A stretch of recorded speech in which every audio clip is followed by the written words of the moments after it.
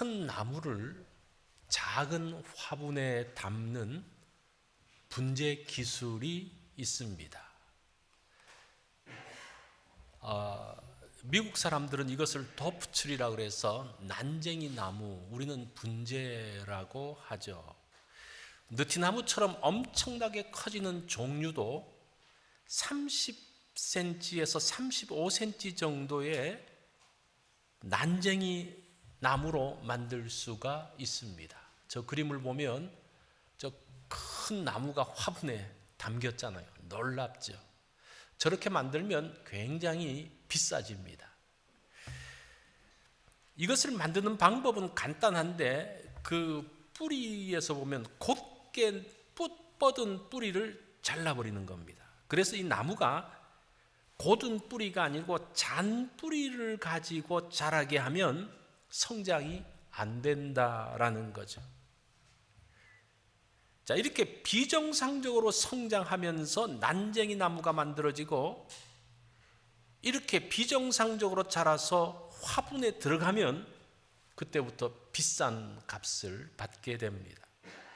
자, 비싼 나무가 되었다고 해도 이 나무의 입장에서는 좀 어떨까라는 생각을 해봅니다.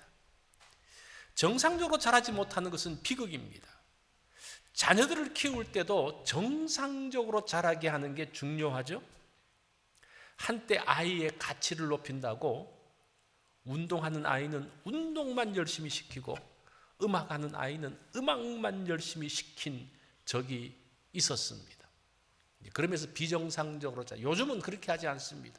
운동도 열심히 하고 음악도 열심히 하고 공부도 열심히 하고 인성도 바르게 길러내는, 아무리 탑을 달리는 가수도 인성에 문제가 생기면요 그 사람은 그걸로 끝나는 것을 우리가 보지 않습니까? 그걸 보면서 야, 저렇게 비정상적으로 한쪽만 잘하는 게 아니라 정상적인 것이 중요하구나라는 것을 알게 됩니다. 성경은 그리스도인들이 정상적으로 성장하는 것에 대해서 관심이 많습니다. 특별히 베드로전서의 말씀도 고난 가운데 있고 어려움 가운데 있지만 그리스도인들이 정상적으로 성장할 것에 대한 것들을 말씀해 주고 있습니다. 오늘 본문은 어떻게 하면 그리스도인들이 정상적으로 성장할 수 있을까에 대한 원리를 한 3가지 정도로 말씀을 하고 있습니다. 자, 첫 번째는 버릴 것과 가질 것을 아는 겁니다.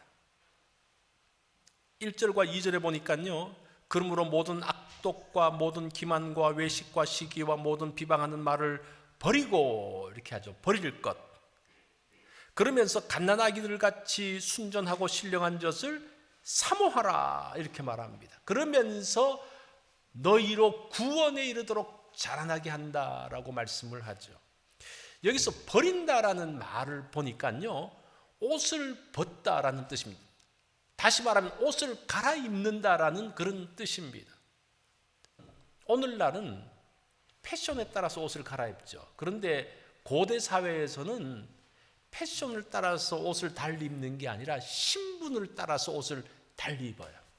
옛날에 뭐 옷이 많습니까? 그냥 똑같은 옷 그냥 계속 입고 사는 거죠. 그런데 그 옷이 달라진다는 것은 신분이 바뀌어지면서 옷이 달라지는 것을 이야기를 하고 있습니다. 이전의 삶의 모습, 이전의 옷을 벗으라는 것은 무엇을 말하는 겁니까? 너희의 신분이 바뀌어졌기 때문에 새로운 것들을 취하라라는 겁니다. 이전에는 죄의 종 가운데 살았던 사람들이 이제는 그리스도의 자녀가 되어지면서, 그리스도인이 되어지면서, 하나님의 자녀가 되어지면서 이제 하나님의 자녀다운 옷을 입으라는 것이 오늘 이 내용입니다. 1절 말씀을 보니까요, 이거는 하나님의 자녀가 입는 옷이 아니라고 말씀하는데 5가지가 나오죠. 모든 악독과 기만과 외식과 시기와 모든 비방하는 말. 이 성경의 그 구절에서 X 구조로 설명하는 구절들이 있습니다. 그래서 여러 단어 중에서 그 가장 가운데 있는 것들을 중심으로 배치하고 그 나머지가 그에 파생되어진 것을 설명하는 거죠. 여기서 가운데 있는 게 외식이에요. 외식. 외식이 무엇인가 하니 안과 밖을 다르게 판단한다는 그런 말입니다. 안과 밖이 달라요. 생각과 표현이 달라요. 내가 이렇게 생각하면서 말은 이렇게 탁 합니다. 표현은 달리해요. 또 말과 행동이 다른 경우가 있죠. 그런 것을 외식이라고 말합니다. 자, 그런 모습들이, 그런 외식하는 모습들이 악독과 기만과 시기와 비방하는 말로 나타난다는 겁니다. 이 악독이라는 말은 모든 더러운 것, 악한 것 전체를 이야기를 해요. 여기서 기만이라는 단어가 참 재밌는데, 이 단어가 미끼라는 뜻입니다. 미끼를 탁 던진다는 말이에요.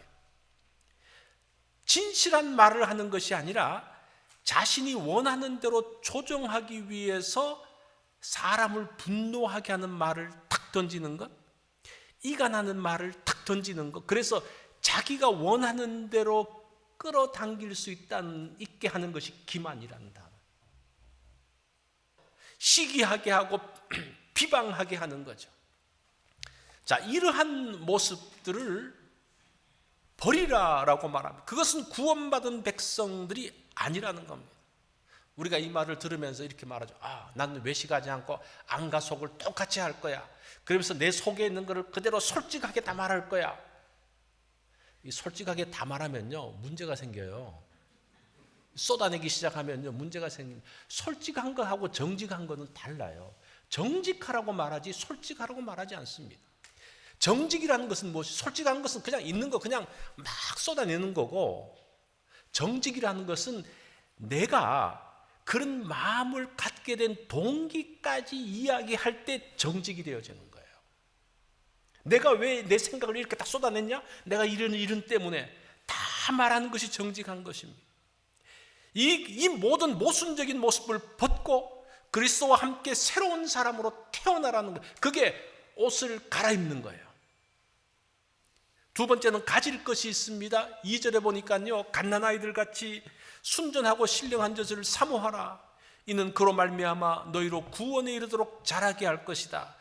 어른이 입는 옷은 벗어버리고 순전한 것, 갓난아이들 같이 순전한 것, 어른들과 어린아이를 대조시키는 거예요. 여기서 어린아이의 특징에서 순전이라는 단어가 나옵니다. 순전하다. 이 순전하다는 말은 기만이 없다는 말이에요. 앞에서 기만이 뭐라고 말합니까? 미끼를 던지는 거라고 그랬잖아요. 순전하다는 것은 미끼를 던지지 않는, 미끼가 없이 그냥 있는 것들을 그대로 내놓는, 또는 외식과 반대되어지는 개념을 말하는 겁니다. 세상 사람들이 신앙인을 보면서 이렇게 말할 때가 있죠. 세상 물정 모른다고. 급변하는 사회를 살라 그러면 다양하게 변해야 된다고. 그렇게 고리타분해서는 안 된다고 말하죠. 그러면서 사람들이 다양하게 변합니다. 다양하게 변신하고 바꾸고 그렇게 하면서 나오는 게 뭡니까? 지금 이 시대에 나온 모습들이 뭡니까? 성정체성의 거부입니다. 이상한 것들이 툭 튀어나오죠. 제3의 성들을 주장합니다. 별별 회개한 일들을 말합니다. 뿐만 아니라 이 탐욕에 물든 사람들은 다양한 금융 상품을 만들어서 자신의 배를 불리고 일반 사람들을 나락으로 떨어뜨립니다. 이 세상 가운데 다양하게 변하면서 배를 불리는 그런 모습이에요. 자기 것들을 따라가는 그런 모습이라는 겁니다. 이게 과연 선한 것인가, 옳은 것인가? 이거는 기만하는 것들이죠. 얼마 전에 그 신문에 보니까 프란시스코 교황이 아르헨티나에 가서 있었던 이야기가 신문에 났습니다. 한 아이가 질문을 합니다. 우리 아버지는 예수 믿지 않고 세상을 떠났습니다. 예수 믿지 않았지만 내 아들이 세례를 받을 수 있도록 했고, 우리 가족들이 예배에 참여하는 것에 대해서 반대하지 않았습니다. 그렇지만 예수는 믿지 않았습니다. 이런 아버지가 돌아가셨는데 천국에 갔을까요? 이렇게 질문을 했어요. 아마 여러분들이 보신 분들이 계실 거예요. 그때 이제 교황이 이렇게 답변합니다. 이제 그 아이하고 대화하는데 주변 사람들이 있죠. 그 사람들에게 묻습니다. 이런 아버지가 천국에 갔을까요? 이렇게 물어요. 그러니까 있는 사람이 예, 갔을 거예요. 이렇게 말하는 거예요. 그러면서 하는 말이 이 사람들이 답변했다. 이렇게 말해요. 자, 성경은 예수 그리스도를 믿음으로 구원을 받는다고 했는데 그 아이를 위로하기 위해서 그 모인 사람들이 다 그것을 원해서 거기에 상황에 따라서 그들이 원하는 대답을 주는 것, 이게 과연 순전한 것일까? 라는 생각들을 할 필요가 있습니다. 순전하다는 것은 성경을 따라가는 것이 순전한 거예요. 이 세상이 복잡하고 죄도 많고 여러 가지 문제가 있잖아요. 솔루션이 하나 있어요. 해결할 수 있는 방법이 하나 있어요. 과연 이 세상 모든 사람들이 성경의 원리대로 산다 그러면 세상 문제는 다 해결될 거예요. 그렇지 않습니까? 상황에 따라서 이렇게 말하고 저렇게 말하고 자기 욕심에 따라서 막 다양하게 막 머리를 굴리면서 하니까 문제가 생기는 거죠. 그것은 순전한 것이 아닙니다. 세상은 순전할 수가 없습니다. 그 상황에 따라서 대처하고 그런 사람이 능력이 있다고 생각하기 때문에 세상이 그렇게 갈 수밖에 없는 거예요. 그래야지 세상을 잘 적응하는 것이라고 말하고, 그래야지 사람들에게 상처 주지 않는다고 말하고, 그렇게 하는데 과연 그러한 것들이 순전한 것일까? 순전함이라는 것은 기만이 없는 것입니다. 그것이 1절과 2절의 말씀입니다. 자, 첫 번째 성장에서의 모습이 무엇인가 하니 버릴 것과 취할 것을 분별해내는 게, 그게 그리스도인의 성장의 첫 번째 모습이에요. 이 분별을 하는 게 첫 번째 모습이에요. 두 번째는 산돌같이 신령한 집을 세우는 겁니다. 집을 세우라는 겁니다. 집은 하나의 재료로 만들어지지 않죠. 여러 재료를 가지고 만들어집니다. 자, 5절을 보면 어떤 재료가 나옵니까? 너희도 산돌같이 신령한 집으로 세워지고, 구원받은 백성은 집을 세우는 사람입니다. 어떤 집을 세웁니까? 산돌이신 예수 그리스도께 나아가서 너희도 산돌같이 신령한 집을 세우라라고 말합니다. 자, 여기서 예수님도 산돌이라고 말하고 우리 성도들도 산돌이라고 말해요. 이걸 보면요, 예수님을 산돌이라고 말할 때는 단수로 말하고, 너희가 산돌일 때는 복수를 이야기하고 있습니다. 자, 뭔가 좀 개념이 오죠, 그죠? 예수 그리스도를 머리로 한 많은 지체들에 대한 것들을 보여주고 있습니다. 예수님을 돌로 비유하고 있습니다. 왜 돌일까? 이 널려 있는 게 돌이잖아요. 우리가 하찮게 이야기하는 것을 돌이라고 이야기합니다.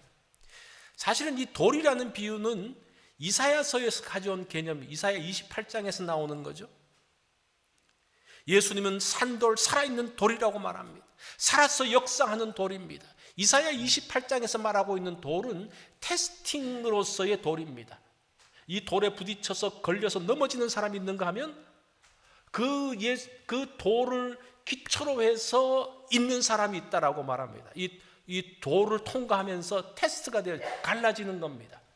다니엘서에서 말하고 있는 돌은 세계 역사를 움직이는 그 뜨인 돌로서의 돌을 이야기하고 있습니다. 이 산돌이신 예수 그리스도는 이제 예수 그리스도를 중심으로 집을 지어져 가는 것을 말하는 겁니다. 여러 지체들과 함께 산돌로서 만들어지고 있습니다.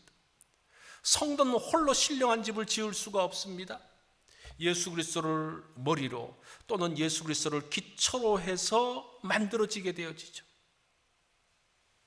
이게 성전으로 만들어지는 것이 두 번째 성장이에요. 그래서 우리 그리스도인들은 혼자서 뭘 하는 사람들이 아닙니다. 함께 신령한 집을 만들어가는 사람이라는 것을 기억하셔야 돼요. 함께 하는 것은 쉽지 않습니다.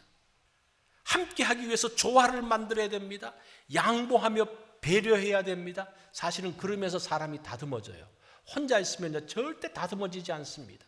자기 자신들이 성장할 수가 없습니다. 시커먼 석탄이 뜨거워지려고 그러면 난로 속에 들어가야 됩니다. 혼자서는 타지 못합니다. 혼자 있으면요, 이 여기를 더럽히는 석탄이 될 수밖에 없어요. 그런데 이것이 함께 난로 속에 들어가면 이 집을 따뜻하게 만드는 석탄이 되어집니다. 돌도 마찬가지예요. 돌은 보잘것없습니다. 그런데 이 돌들이 모이면요, 건축물들이 만들어져요. 그죠? 돌이면 정말 하찮고 쓸데없지만 그것이 모여지면서 아름다운 돌 건축물이 만들어지는 거죠. 말 한 마리가 끌 수 있는 무게가 한 3톤에서 4톤을 끈다고 그러더라고요.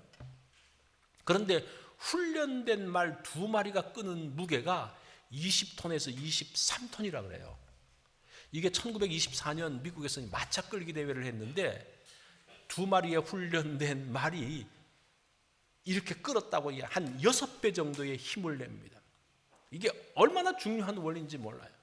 우리가 혼자서 뭘 하는 거 힘이 없습니다. 우리가 교회로 함께 모였을 때에 엄청난 힘이 있는 거예요. 이 교회가 연합되어지는 것도 마찬가지입니다. 큰 교회 하나가 뭘 하는 거 힘이 없습니다. 큰 교회가 인원도 많고 그렇기 때문에 큰 교회가 뭘 한다? 그거는 영향력이 없어요. 그런데 이 밸리 지역에 있는 작은 교회지만 여러 교회가 모여서 한다? 훨씬 더 파워풀한, 훨씬 더 큰 힘을 만들어내는 것. 그것이 지금 함께함의 중요한 원리입니다. 그리스도인들은 홀로 존재하는 사람들이 아닙니다. 함께하는 사람입니다. 그래서 우리 함께하는 사람이 얼마나 축복인지 몰라요. 여러분들이 보기에는 별 볼 일 없어 보일지 모르지만 이 사람들이 함께 있기 때문에 정말 우리가 함께 모여서 하나님의 일들을 한다는 겁니다. 두 번째 성장의 모습이 뭡니까? 함께하는 거예요. 함께하는 거예요. 세 번째는 거룩한 제사장으로 세워지는 겁니다.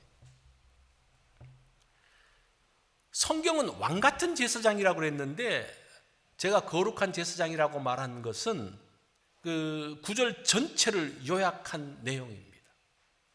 저기 조금 이제 미스가 생겼는데 제가 구절을 한번 우리 다 같이 한번 읽어볼까요? 이거 잘하는 내용이죠. 시작. 그러나 너희는 택하신 족속이요 왕 같은 제사장들이요 거룩한 나라요 그의 소유가 된 백성이니. 5절에서 신령한 집을 세운다 그랬는데 하나님이 기뻐하시는 신령한 제사를 드리기 위해서 집을 만드는 거예요. 그 제사를 누가 하는 겁니까? 제사장이 하는 거예요. 신령한 제사를 드리는 거룩한 제사장이 되는 것이 우리의 성장의 마지막 모습이라는 겁니다. 이 제사장이라는 단어가 라틴어로 폰티펙스라는 단어인데 이 단어의 뜻이 무엇인가 하니 다리 놓는 사람이라는 뜻이라고 합니다. 저는 이 단어를 뜻을 보면서 참 좋다라는 생각을 했습니다. 갈 수 없는 곳에 가게 하는 것이 뭡니까? 다리잖아요. 그죠? 도무지 갈 수 없는 큰 절벽이 있는데 깊은 절벽이 있는데 서로 가지 못했는데 다리가 딱 놓아짐으로 인해서 어떻게 합니까? 둘 사이에 소통이 되어지는 겁니다. 큰 강으로 인해서 두 동네가 떨어져 있는데 그 강을 가로질러서 다리를 놓으면 이제 둘 사이가 왔다 갔다 소통할 수가 있습니다. 제사장이 어떤 사람입니까? 믿지 않는 자들, 죄인들에게 하나님께 나아갈 수 있는 다리를 놓는 사람들이 제사장이에요. 우리가 믿지 않는 사람들에게 예수 믿으라고 하고 전도하는 게 그게 뭡니까? 다리 놓는 일이에요. 다리 놓는 일. 우리가 지금 이 땅에서 천국까지 가는데 그 천국까지 가는 다리를 누가 놓습니까? 제사장이 다리를 놓는 거예요. 우리가 우리의 다음 세대들에게 우리의 신앙의 유산들을 전수해야 되는데 그게 뭡니까? 1세와 2세 사이에 다리를 놓는 작업들을 하는 거예요. 얼마나 중요한지 몰라요. 그 역할을 제사장이 한다는 겁니다. 그 제사장이 누구라고 말합니까? 구약에서는 제사장을 별도로 말하고 있지만 신약에서는 우리 모두가 온 성도들이 제사장이라고 하는 거예요. 그래서 여러분들은 끊임없는 다리 놓는 작업들을 해야 되는 거예요. 도무지 갈 수 없는, 만날 수 없는 사람들과 다리를 놓는 거예요. 복음의 다리를 놓는 거예요. 사랑의 다리를 놓는 거예요. 그러면서 함께 어울려서 가는 것. 이거 멋있지 않습니까? 제사장으로 산다는 게 제사장이기 때문에 나도 보통 사람이 아니라 폼 잡고 그게 중요한 것이 아니라 지금 어떻게 다리를 놓을 것인가에 대한 생각들을 하는 것입니다. 성도들은 구원받는 것으로 끝나지 않습니다. 천국 백성이 되게 한 이유가 있어요. 제사장 역할을 하기 위한 것. 그 역할이 고귀해서 왕 같은 제사장이라고 말합니다. 신령한 성도는 제사장처럼 사람들이 하나님께 가까이 갈 수 있도록 다리 놓는 게 가장 중요한 일이죠. 2장 1절을 보면요, 2장 1절은 그러므로로 시작합니다. 이 그러므로라는 단어가 접속사잖아요. 앞에 어떤 사실을 받아서 뒤로 연결하는 역할을 하는 게 그러므로입니다. 자, 이것이 도대체 무엇을 받아서 2장 이후를 연결시키는가, 성장에 대한 이야기를 하는가? 그것은 1장 15절의 내용이에요. 여기 보니까요, 오직 너희를 부르신 거룩한 이처럼 너희도 모든 행실에 거룩한 자가 되라. 너희가 거룩한 자로 부름을 받았기에 거룩한 자가 되기 위해서 성장하고 성숙하라. 그것이 지금 1장과 2장 사이의 연결인 것을 볼 수가 있습니다. 구원에 대해서 오해하는 사람이 있어요. 죄인이 하나님의 은혜로 구원을 받았으면 완전한 사람이 된다, 이렇게 말하는 사람들이 구원파입니다. 그래서 구원받는 순간 완전하기 때문에 그것으로 그냥 끝난다는 거예요. 더 이상은 할 필요가 없다라고 말합니다. 그리고 구원받은 사람으로 사는 모든 것들이 다 선하다. 이게 구원파의 중요한 원리입니다. 그래서 이제 그 사람들 일단 구원받고 네가 세상에서 뭘 하든지 어떤 일들을 하든지 다 그게 하나님의 일이 된다. 그러면서 그 구원파 모아가지고 기업체 운영하고 뭐 별별 일들을 다 하잖아요. 그런데 성경은 그렇게 말하지 않습니다. 하나님의 은혜로 하나님의 자녀가 되었지만 계속적으로 성장할 것을 말하고 있습니다. 그것이 거룩해지는, 성화되어지는 과정이라고 이야기를 하죠. 그래서 하나님의 온전하심과 같이 너희도 온전하게 자랄 것에 대한 도전을 하고 있습니다. 그래서 우리가 계속적으로 자라야 되는 거예요. 부모의 책임이 자녀 낳는 것만 있는 게 아니잖아요. 자녀를 낳고 내버려두면 그거는 잘못된 거죠. 이 자녀가 자랄 수 있도록 도와주는 것이 정말 진정한 부모의 역할인 거죠. 낳을 뿐 아니라 자라도록 하는 겁니다. 하나님의 구원에는요, 우리로 새로운 하나님의 사람이 되게 할 뿐 아니라 계속적으로 자라게 하는 것이 하나님의 전체의 계획입니다. 그 바탕이 거룩한 나라 왕 같은 제사장이 되어지는 겁니다. 지금 이 베드로전서가 쓰여진 때가 언제입니까? 로마의 박해 시절이죠. 흩어진 그리스도인들에게 주시는 말씀입니다. 그 당시 로마 시대의 그리스도인들을 보는 시각이 무엇인지를 보여주는 것이 플리니 서신입니다. 이것은 트라이안 황제 때 있었던 일인데, 이 트라이안 황제가 98년부터 117년이니까 베드로전서보다는 조금 뒷이야기지만, 그렇지만 그 기독교인들을 보는 그 시대의 사람들의 모습이 담겨져 있어요.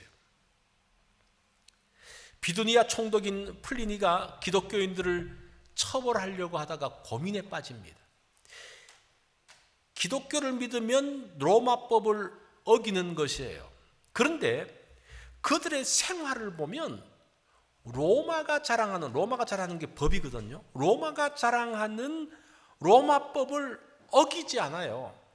결코 어기지 않고 정말 바르게 사는데, 예수 믿었다고 이 사람들을 처벌하고 특별히 극형에 처하는 것이 과연 옳은 것인가에 대한 고민을 하게 됩니다. 그러면서 황제에게 편지를 보내요. 그게 플리니의 서신입니다. 자, 그가 보낸 편지의 내용이 이렇습니다. 그들이 그리스도를 신앙한다는 것 외에는 흠잡을 것이 없습니다. 그들은 총독이 비밀 집회를 하지 말라는 말을 듣고 집회는 하지 않습니다. 그러나 공동의 식사로 모이는 것과 예배하고 찬송하는 것, 그리고 서로 사랑하는 것, 그리고 법에 저촉되는 행동은 하지 않았습니다. 그들이 그리스도를 믿는 것에 대한 고집을 꺾는 것 외에는 죄를 발견할 수 없습니다. 이들을 어떻게 처벌해야 될까요? 이렇게 하면서 편지를 보냅니다. 그것을 본 트라이안 황제가 이제 답신을 보내는데 이렇게 보냅니다. 기독교인에 대한 처벌법은 없다. 특별한 죄를 범한 경우가 아니라면 그들을 색출해서 처벌할 필요가 없다. 그러나 고발된 자들에 대해서는 로마법에 근거해서 처벌하라. 그들이 기독교인임을 부인하고 로마의 신들 앞에 맹세하면 용서하고 그렇지 않으면 처벌하라. 그리고 익명의 고발에 대한 것은 수용하지 말라. 이것이 로마의 법이다. 지금 황제의 답변을 보세요. 이게 지금 법을 이야기하는 겁니까? 뭐 다른 걸 이야기하는 겁니까? 쉽게 말하면 여론이 나빠지면 처벌하라는 거예요. 이게 맞는 겁니까? 그래서 로마 시대의 기독교 박해는 통치행위였어요. 법을 집행하는 게 아니고 통치행위였습니다. 로마 황제나 로마 원로원도 기독교인이 죄를 짓고 잘못된 삶을 사는 사람이 아니라는 것을 알았습니다. 자, 여기서 우리는 굉장히 중요한 힌트를 얻을 수가 있어요. 오늘날 사람들이 기독교를 싫어하는 경향들이 막 커지고 있잖아요. 물론 기독교인들이 실수하는 게 있어요. 그런데 더 중요한 것은 무엇인가 하니 기독교를 싫어하고 배척하는 중요한 이유 중에 하나가 자기들과 같지 않다는 것 때문이에요. 저는 그게 훨씬 더 중요하다고 생각합니다. 트라이안 황제가 지금 그것을 말하고 있어요. 안티크리스찬들이 그들이 말하는 대로 세상이 원하는 대로 변화하는 것이 그 세상을 만족시키는 방법이 아니라는 겁니다. 그건 무엇인가 하니 우리의 독특성을 회복할 때에 그것은 우리의 거룩성을 회복하는 것이 우선의 문제라는 겁니다. 사람들도 기독교인들에 대해서 뭔가 기대감이 있어요. 욕하는 이유가 뭔가 하니 나는 이만큼 기대하는데 당신들은 이만큼 살지 못하고 요만큼밖에 못하니까 그것 때문에 욕하는 거예요. 우리가 그걸 알아야죠. 그래서 우리가 노력해야 될 것은 저 사람들이 말하는 대로 그러면 저 사람들과 동조하면서 같이 갈까? 그게 아니라 원래 그들이 원하는 그 기독교의 독특성에 대한 것들을 우리가 올라서는 게 더 중요한 문제라는 겁니다. 그럴 때에 진정한 영향력을 미칠 수 있다는 겁니다. 사실은 그 베드로 전서의 내용과 그 시대의 배경들을 보면요, 그 이야기를 하고 있어요. 우리가 그것들을 보면 우리가 어떻게 성장해야 되고 그리스도인들이 성장했을 때 어떤 영향력을 미칠 수 있는지를 보여주는 중요한 단서가 여기에 나오는 것을 볼 수가 있습니다. 그래서 우리가 끊임없이 성장해야 되는 거예요. 특별히 베드로전서에서 오늘 본문에서 말씀하고 있는 세 가지, 버릴 것과 가질 것을 분별하는 거예요. 우리가 끊임없이 분별하면서 정결하게 사는 게 중요해요. 두 번째는 신령한 집을 함께 지어가는 겁니다.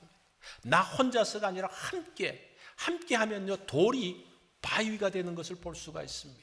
세 번째는 거룩한 제사장으로 다리 놓는 사람이 되라는 겁니다. 끊임없이 다리를 만들고 다리를 놓아주고 서로 화합하고 하모니를 만드는 것, 그것이 그리스도인이 나아갈 길이고 교회가 회복해야 될 길임을 오늘 본문이 말씀합니다.